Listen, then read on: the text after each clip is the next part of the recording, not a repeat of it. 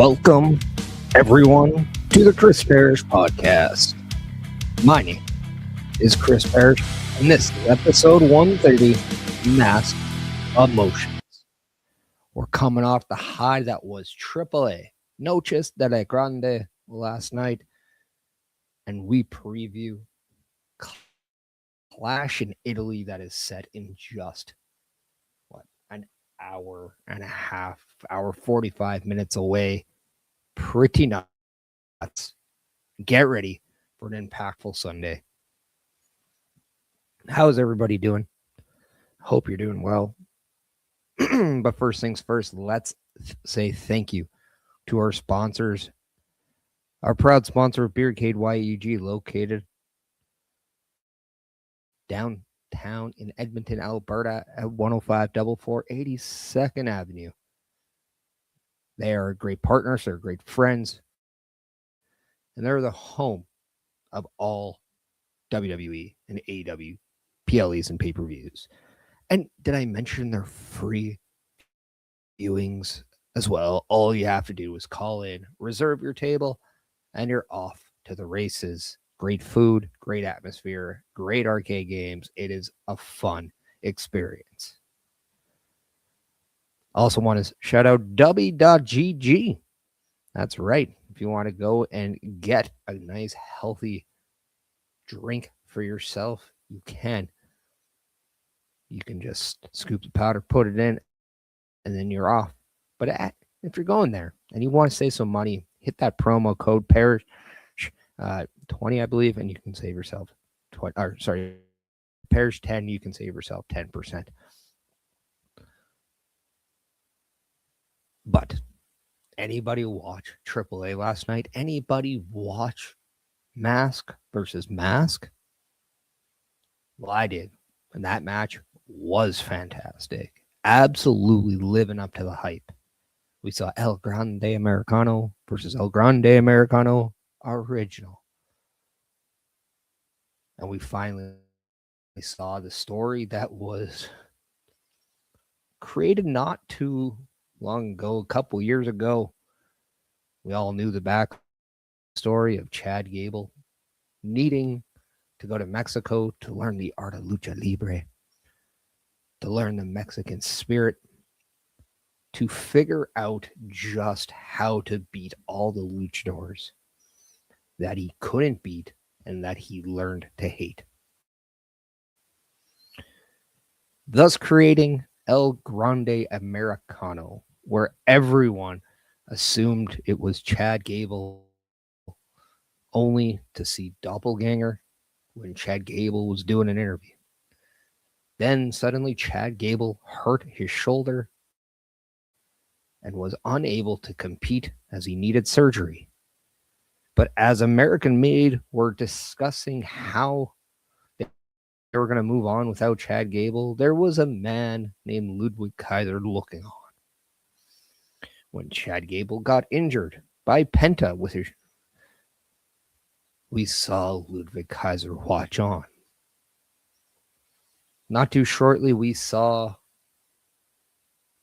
another El Grande Americano, and this one was taller, leaner, just more different. Well, this one happened to capture the Mexican spirit, happened to capture the Mexican culture, and truly became a fan favorite down in AAA. To the point where he doesn't need bodyguards because the people will be there protecting him. When we knew the El Grande that we knew of initially returned, he attacked El Grande that we know now, thus creating El Grande Americano versus El Grande Americano. They were at each other's throats. And then we saw teammates introduced, as we saw Bravo and Rayo, dos Americanos. And then we saw people that looked like American Made's Creed brothers donning masks. And let's note that the one El Grande Americano had the American Made logo on the mask, while the other one had El Grande Americano. this absolutely just went into a feud that was going just about as chaotic as you can imagine.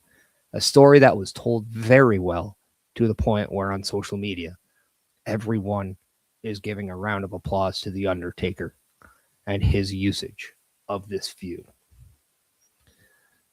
So this brings us to last night's mask versus mask match. Who would be unmasked and who would walk tall as the only El Grande Americano?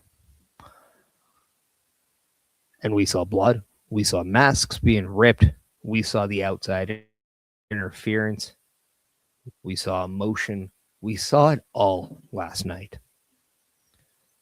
Quite possibly the greatest match in 2026 under the AAA rules, and quite frankly, it will compete for match of the year. But the story that was told alongside with it was one for the ages. But what we did see was El Grande Americano, the fan favorite, defeat El Grande Americano original. And as both men stood in that ring, we saw the unmask of El Grande Americano, and it was none other than Chad Gable. Chad Gable spoke very passionately after the match. Talked about the reason why he donned the mask. He even signified to the man he just lost that he was, without a shadow of a doubt, the original. But the man that defeated him is now the only. He said he failed to be better than the Mexican Spirit, but he also will come back stronger than ever, and he is not done in AAA. But nonetheless, we don't see El Grande Americano original anymore. But what we do get is Chad Gable is finally back in professional wrestling. The character Chad Gable is back. And let's take an absolute moment here to appreciate what we saw in his efforts with this El Grande Americano character. We knew that the American-made leader was going to a place where we didn't know. He was failing to win the Intercontinental Championship, and he was getting tied up in this whole, I need to win a singles title. To the point where that wasn't the plan, so where do we go? And I thought not only was this character entertaining, not only was this character fun to watch, it is absolutely crazy that it impacted the wrestling world so much that it gave us a copycat. It gave us multiple additions, but then it gave us a hell of a story and a fantastic crowning achievement match. And it really changed the culture of AAA and how we view it as fans. It captivated not only the American audience, the Canadian audience, but the Mexican audience, but the global audience, to the point where you may think you have known who was under the mask the entire time, but you went along for the ride. You suspended your disbelief to be entertained. And that is essence. That's pro wrestling done to a T. So I thought that was absolutely beautiful to watch. We now get Chad Gable back, and in this world of WWE where we can look at the Intercontinental Championship now, and ironically enough, Penta is the Intercontinental Champion. So how beautiful is it that Chad Gable can not only return to Raw, win that singles championship that he desperately wants, but then also do it by defeating a luchador in Penta. You can't write better stories than this. This just works out so well. But that wasn't the only match at Noches de la Grande last night. We saw 3 other matches. In fact, 3 other championship matches. And we saw 3 new champions as we opened the night with Rey Fenix defeating Laredo Kid for the AAA Cruiserweight Championship. And if you didn't enjoy that match, well, one, what is wrong with you? Because that was a fun opening match. Fast paced, great aerial moves. It was just fun. We then go to the tag team titles, where we see the War Raiders defeat Pagano and Psycho Clown. And not only that, we saw Pagano walk out while Psycho Clown was getting jumped by the War Raiders. And yes, it gave me familiar vibes with Sami Zayn, Cody Rhodes, and Gunther. But sometimes the heel turn doesn't always need an attack. Sometimes a heel turn just needs to have an action. And did you not hear the crowd when Pagano stopped and continued walking, knowing that Psycho Clown was getting beat up? They ate it up.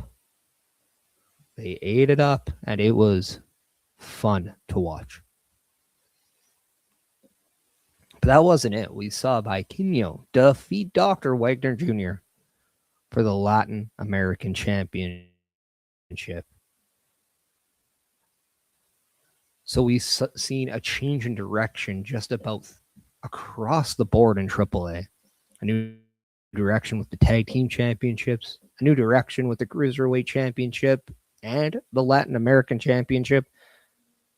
And now we have solace in understanding who is now the only El Grande Americano.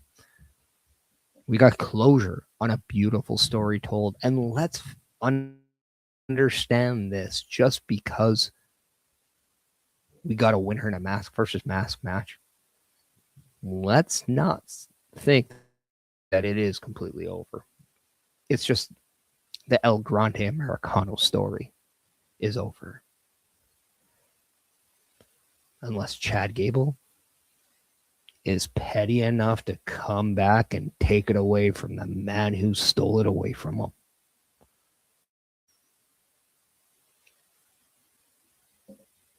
I mean, it's right there. It was an identity that was created by Chad Gable. And sometimes the only way to kill a creation is by killing it yourself. So I know I'm intrigued with what's next in AAA.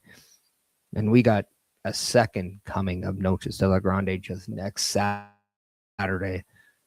So that is going to be a lot of fun to watch. Let me know if you're in the chat what you thought of the first night of Noches de la Grande. And if you do not like my pronunciation, I know it's not perfect. But I try. One might say, you could say I need help. And turnbucklestudios.org/join is the perfect spot for that. If you've ever wanted your break or an opportunity to join into the Turnbuckle Studios family, become a member of the Turnbuckle Affiliation Program, or just help out, that is the perfect spot to be at. haven't sold it yet, we'll watch this. A Turnbuckle affiliation program is looking for more people. If you have passion level for pro wrestling, sports, video games, or something else, then Turnbuckle Studios is the place to be. If you have ever wanted to pursue content creation and want to join our team, then we would love to have you. Check out turnbucklestudios.org or contact us by email today because your future is now, and we want you to tap in.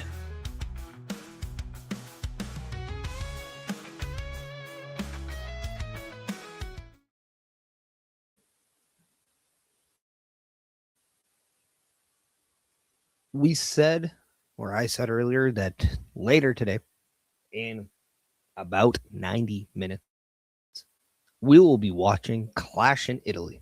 You can check that out at the PLE Patrol. We'll get it on all Turnbuckle Studios platforms. So let's get right into Clash in Italy, the prediction side of things, because we do have some amazing matches that are going to happen. In fact, we have 5. We have 5 with 3 title matches.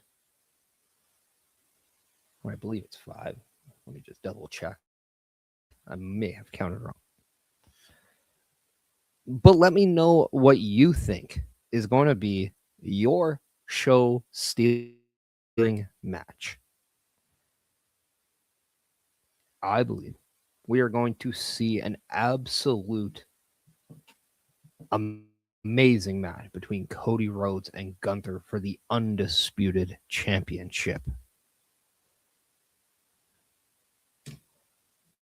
Let's kind of look at the backstory a little bit here. Gunther did Paul Heyman a favor by attacking Seth Rollins that set up their match at WrestleMania, to the point where it delivered a favor to Gunther. That favor ended up being a championship match against Cody Rhodes on SmackDown, thus moving Gunther to SmackDown. Except Gunther overplayed his hand, tried to wait out a little bit, to the point where Nick Aldis said, look, if you don't want to sign this contract, there are plenty of guys in the back that will. And this allowed Royce Keys to jump on the opportunity. But instead of signing and getting a title match, he ended up facing off against Gunther in a match where the winner would then be that guy.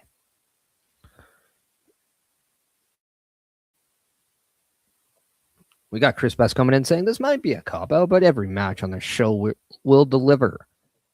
But the match I'm looking forward to the most is Cody and Gunther. So the big question I have with this is, why did Gunther take so long? I mean, when it comes to the championship, why overplay a hand? Why even think about it? Why was there a hesitation? We've never seen that out of Gunther before. But nonetheless, Gunther, despite multiple attacks on Cody Rhodes, always had the attention of the champion. But now we're seeing a different side of Gunther. Maybe mind games. And, well, when we think mind games, we don't think of Gunther. So, yeah, we'll give him the pass here, but Gunther, lesson learned. Don't overplay a championship opportunity. But that wasn't it. Cody Rhodes and Sami Zayn got into a little bit of a spewing match a couple weeks ago, and we saw a match between the two. A match that was won by Cody, but again, it was filled with an interference attempt by Gunther. So, as Cody was in a chokehold from Gunther, who's on the apron, Sami Zayn went to go kick Gunther away. Got Crossroads 1, 2, 3. Gunther then continued the assault on Cody Rhodes after the match. Sami Zayn watched on. and left. To everyone's displeasure, Sami Zayn just said, I tried to help you out. You beat me up. So why would I want to help you out again? And that's been hanging over this match just a little bit. It's a little bit of intrigue to the point where I am going to predict that Gunther will walk out your new undisputed champion, and it is going to be because of Sami Zayn costing Cody Rhodes the match and the title.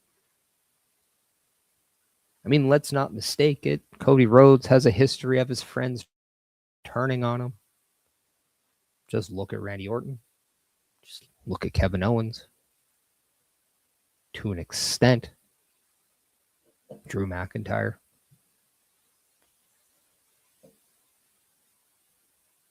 But Cody Rhodes is definitely a marked man when he's champion. And I think he definitely is too gung-ho as champion to the point where he might overplay his hand while being the champion. And that always comes back to get you. So I'm going to predict Cody Rhodes and Gunther in Gunther walking away with the championship. It's also expected that this match will open the show. And then next up, we got for the Women's Intercontinental Championship, Sol Ruca and Becky Lynch. And this match was made official last week from Saturday night's main event, where we saw this same match for the non-title way, but a disqualification from Becky Lynch, who pulled referee Jessica Carr in the way, made this match official and made this match a championship opportunity for Sol Ruca. So just when Becky Lynch thought she played it smart again, we talk about the narrative of overplaying your hand. Trying to take the easy way out, but this time it backfired. You lost a non-title match to someone. That's almost code for they're going to get a title match in the future.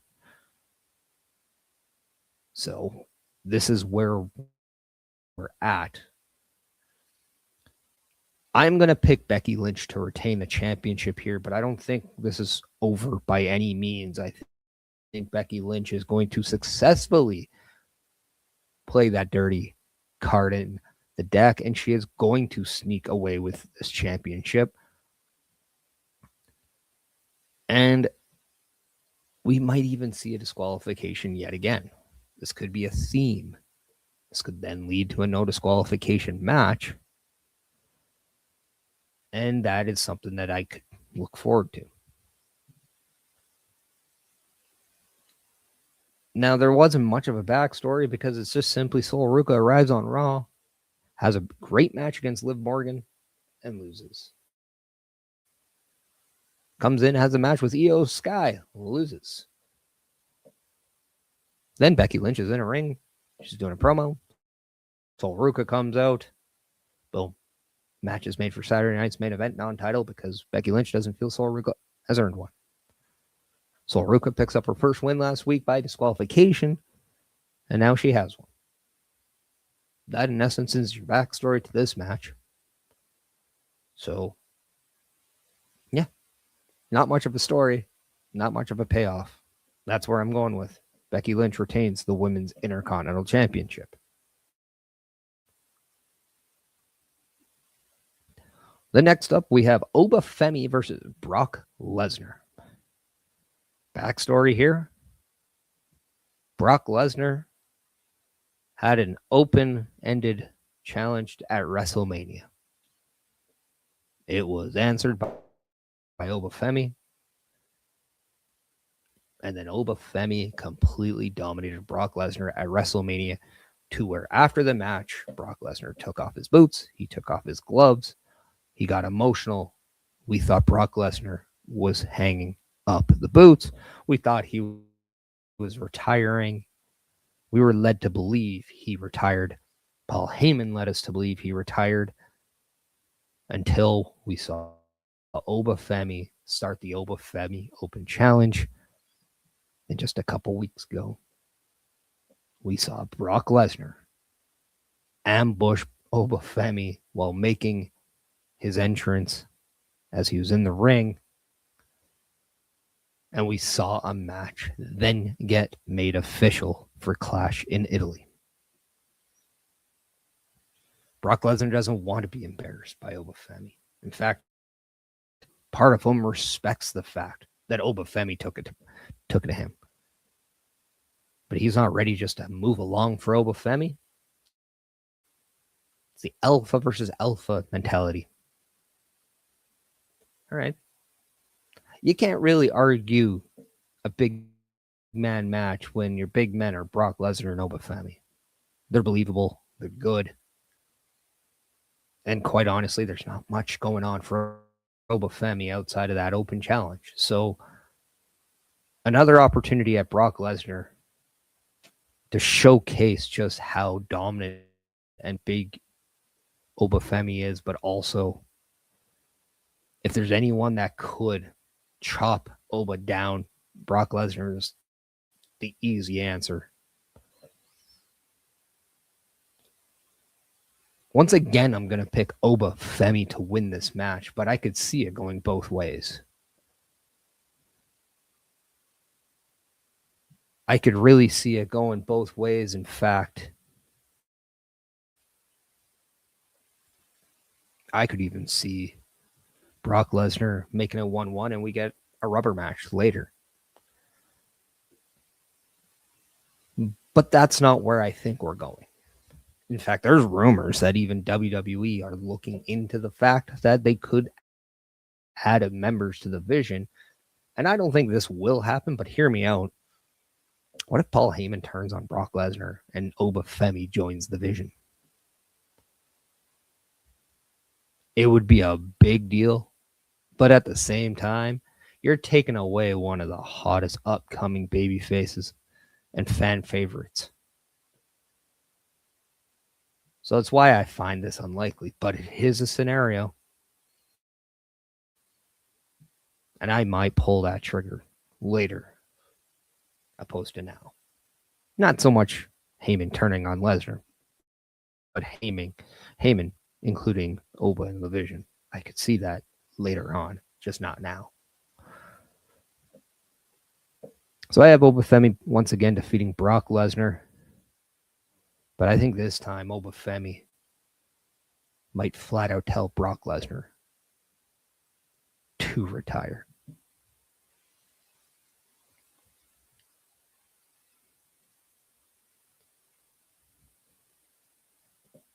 And then what I think might be the sneakiest match of the night, it is for the Women's Championship. It is Jade Cargill getting her rematch against champion Rhea Ripley. And this backstory pretty much is what it is. Rhea Ripley wins Elimination Chamber, faces Jade Cargill at WrestleMania, defeats Jade Cargill at WrestleMania, and becomes champion. During that, we saw the formation of the trio, Michin, BFAB, and Jade Cargill, and they were running roughshod on Rhea Ripley until we saw Io Sky make some attempts in, but because of Rhea's winning the title, she moves over to SmackDown. Io Sky is left behind, no longer able to help out. Until we saw Charlotte and Alexa Bliss get involved to kind of help out Rhea. And now with last week, we saw that Rhea and Charlotte can coexist. They can work together. But we do know that both Charlotte and Rhea Ripley are locked in on wanting a piece of Jade Cargill. I do think Jade Cargill and Charlotte is a match we're going to see. And I wouldn't be surprised if we get it pretty quickly. So I am actually going to pick Jade Cargill winning back the championship, and we will see that be because Charlotte accidentally gets involved and costs Rhea the title. This will rehash their argument, and this will once again force us to see maybe a match between Rhea and Charlotte and see whoever wins gets Jade.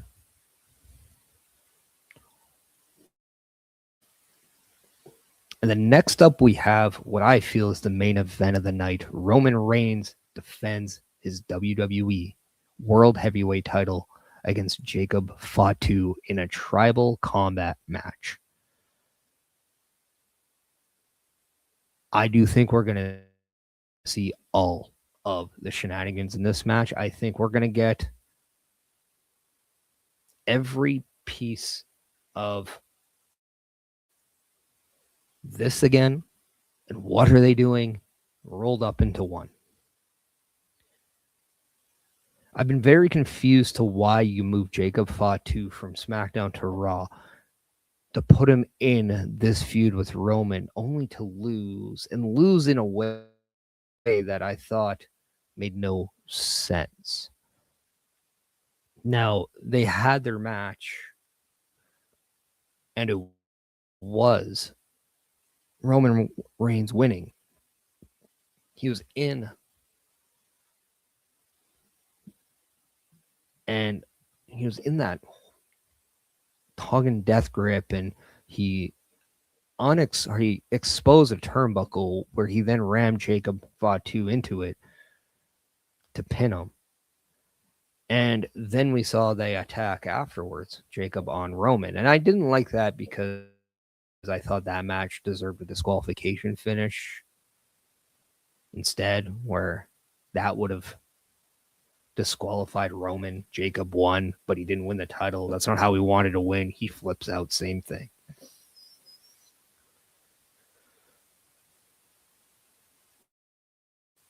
The continuous assaults of Jacob Fatu on Roman Reigns led to this tribal combat match where it almost seemed like Jacob Fatu was going to get fired. And then instead, Fatu challenged for tribal combat. To Roman Reigns' surprise, he accepted because Roman did not know that Jacob Fatu understood tribal combat, but as the tribal chief, he was inclined to accept. So this match has all the ingredients to intrigue because do you see the same thing? And I fear that's what we're getting once again as a Roman Reigns champion. We know the Usos are going to get involved.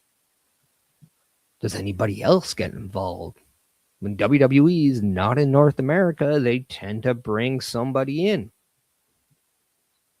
We've been hearing of Zilla Fatu for a while now. Does Zilla Fatu debut in Clash in Italy? That is going to be the very intriguing question. Do the Usos turn on Roman Reigns? Because over time they feel that there's no stopping Jacob Fatu.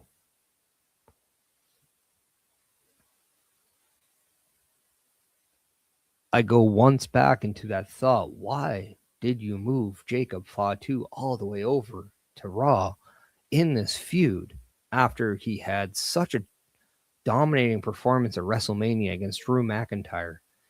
He was on the up and up in the card. Why did you move him from that? What was the payoff? And I think the payoff is a World Heavyweight Championship. Now, there's been a lot of news coming out saying that Jacob Fatu was hurt. And this could be a reason to why we see something happen. I'm not too sure if we're going to see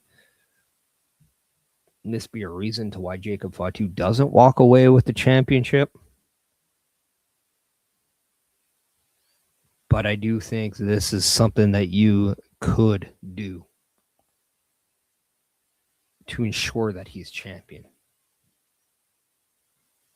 So I'm not too sure, but all I can say is back-to-back losses to Roman Reigns would make zero sense to the direction of Jacob Fatu.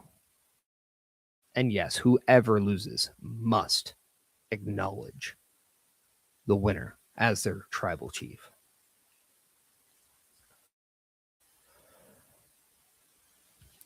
So let me know what you think about all of that while we go to our amazing ad of turnbucklestudios.org/shop.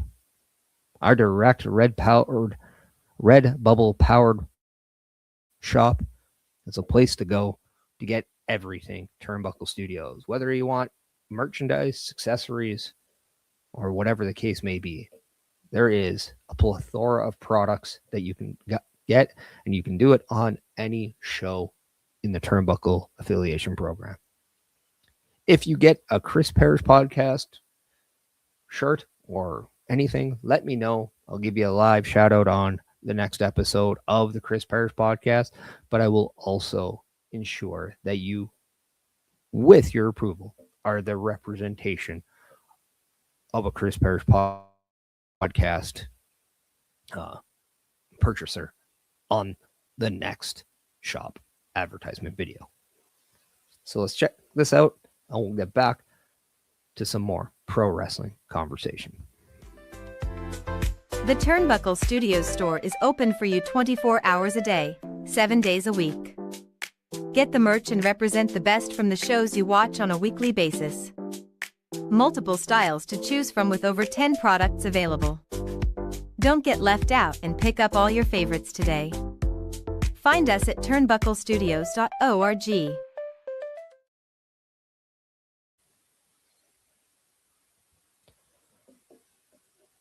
So as we covered AAA, as we previewed Clash in Italy, there's not a lot more that happened in the world of WWE, with the exception of the possibility that it's sounding more and more likely that Enzo Amore could be back in WWE. More specifically, back in NXT.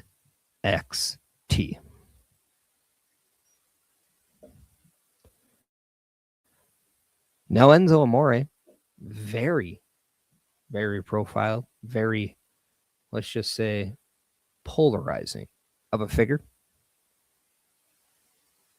Him and Big Cass had a lot of potential coming up from NXT the previous time. Made their debuts interrupting the Dudley Boys, who were walking back from a match. Really, really shocked that they never won the tag team titles, but also more surprised that they ended the relationship when they did to make Big Cass a single star. We then saw Enzo Amore go on to become a Cruiserweight champion, and he was actually quite a decent villain in the Cruiserweight division. At one point, they tried to have Enzo Amore talk Conor McGregor into a match that most likely would have been WrestleMania. He has the gift of gab. That's something nobody can take away from him. But to bring him back, now that's the intriguing part. We've seen people come back before. We've seen a lot of people come back and be completely different. So there's always that open-ended in the perception of what's going on. And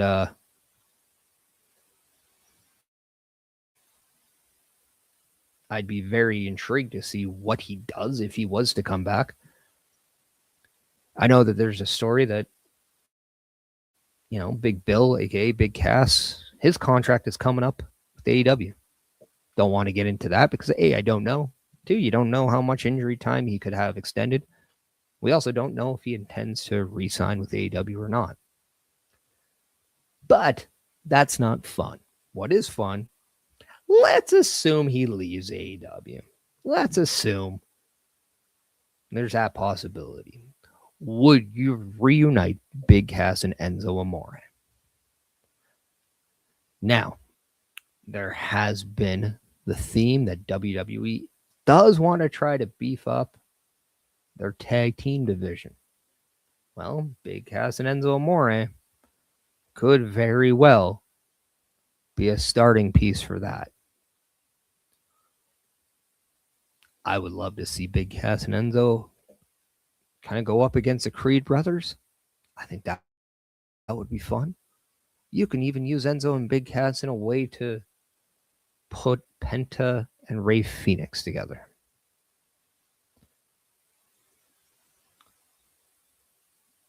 But is the question, bringing back Enzo and Big Cass as a tag team, would that be a good enough reason? Just because you need a tag team in a much desperately need of a tag team division? I don't know. But if I'm looking for people that Enzo Amore could work very well with in NXT,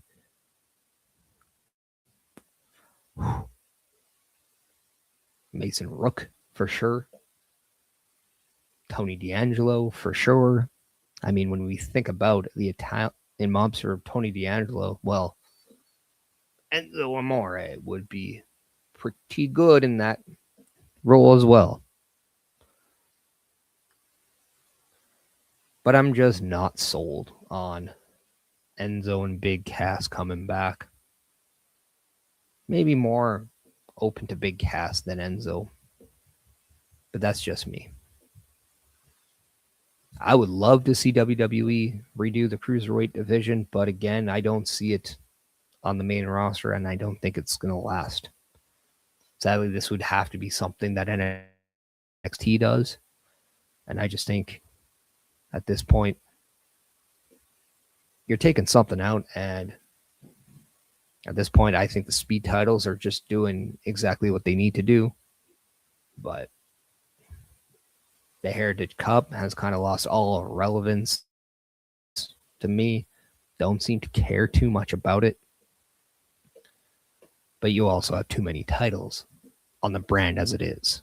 When you talk about the 2 sets of North American championships, the 2 sets of like the women's and NXT championships, and then the tag championships, then you have the speed titles. There's just too many already. So adding a cruiserweight one would have to really go to eliminating something that's already there.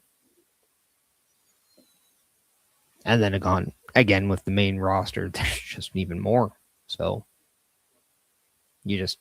I just don't think there is a way to add that.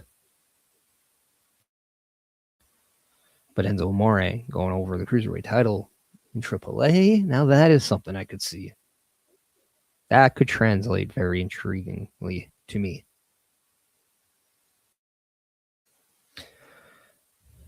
But that is why we have the conversation. So let me know in the comments if you're pro Enzo Amore returning to WWE, and more specifically NXT.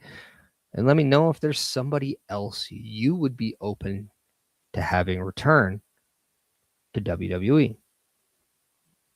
Now, while you mull on that one, let me show you what we have coming up on an everyday aspect here in Turnbuckle Studios. We call it the calendar. And I might say, look, on Thursday, as we do now, have a little bit more clarity on what's different on Thursdays. But I will also remind you, in 1 hour's time, PLE Patrol on all the platforms, Turnbuckle Studios goes live with Clash in Italy. You do not want to miss it. Turnbuckle Studios and the Turnbuckle Affiliation Program bring you the week of streams. All times are in Eastern Time. Monday night, we are on call as the Raw Patrol is on duty at p.m. Tuesday brings you the flagship show, Turnbuckle Talk, at 8:05 p.m. Wednesday, we play games with the PlayStation Showcase at 8 p.m. Thursdays, let us power your dreams with the Xbox Showcase at 9 p.m. Friday, we invite you to come for a ride with the SmackDown Security Detail at 8 p.m.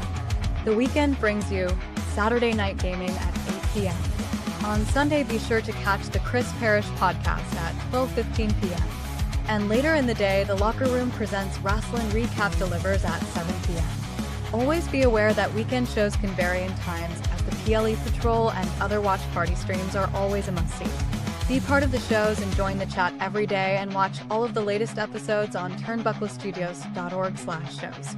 And please do not forget to drop a like, follow, and to subscribe to all of our channels, and when the time is right, all you have to do is tap in.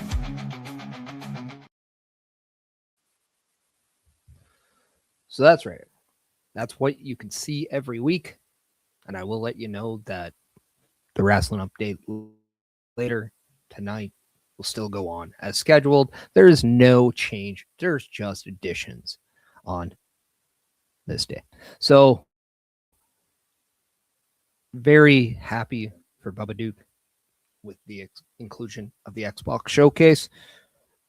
That's going to be a lot of fun to see.